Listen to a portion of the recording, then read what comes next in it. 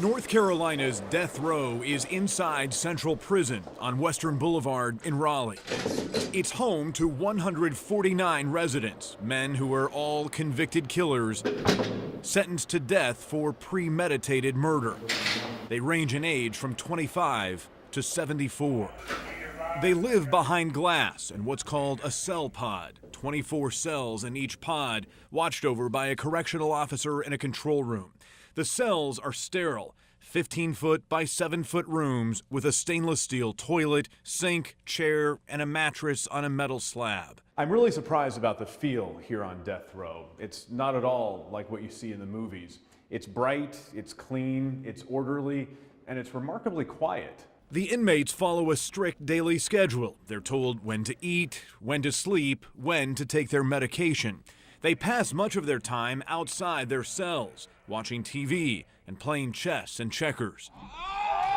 They're allowed 1 hour a day outside in the recreation yard under the watch of an armed correctional officer.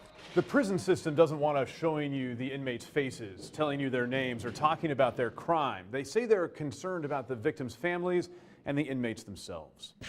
I met with one inmate who's been on death row for 22 years. He says he's a former Marine, former ambulance driver, and once worked in a retirement home. The justice system has decided that all of you are dangerous people, violent people. You're convicted killers. Right. What is it like to live around people like that? Well, it's not like it's like that's what the way people look at. We're all violent and we're up in here and we're attacking each other every day and attacking officers. It's not like that, and it helps a lot of people have a structure. What is it like to live with that prospect? You've been sentenced to die. Each day gets up, I just try to do better. Be a better person and not be the person I was.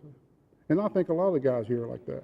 On some inmates, you can see images of execution on their bodies. This is a tower. It's symbolic of the syringe they intend to put in my veins. I walked death row with Carlton Joyner. He started at Central Prison as a correctional officer in 1984. Now, he's the warden. It's interesting to see how you interact with these death row inmates. Mm-hmm. It seems there's a lot of mutual respect.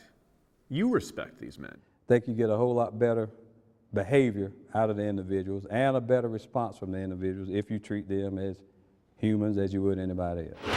Unlike other death rows across the country where inmates are fed through slots in a cell door, Got 7 more. the warden told me inmates here leave their pods and line up wearing red jumpsuits to eat their 3 meals in a dining room down the hall. Taxpayers spend $72 a day to house and feed each inmate. You think they're on their best behavior because they will always have an opportunity to appeal. Well, I think that's what most people would probably say, but I think some of it may have to do with the way that you treat the population as well.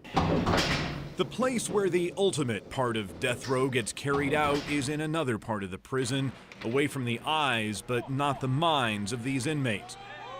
It's been 7 years since North Carolina put an inmate to death, but pending court decisions and the Republican-led legislature could restart executions in the near future. Are you guys talking about the prospect of executions resuming here? It's always on your mind.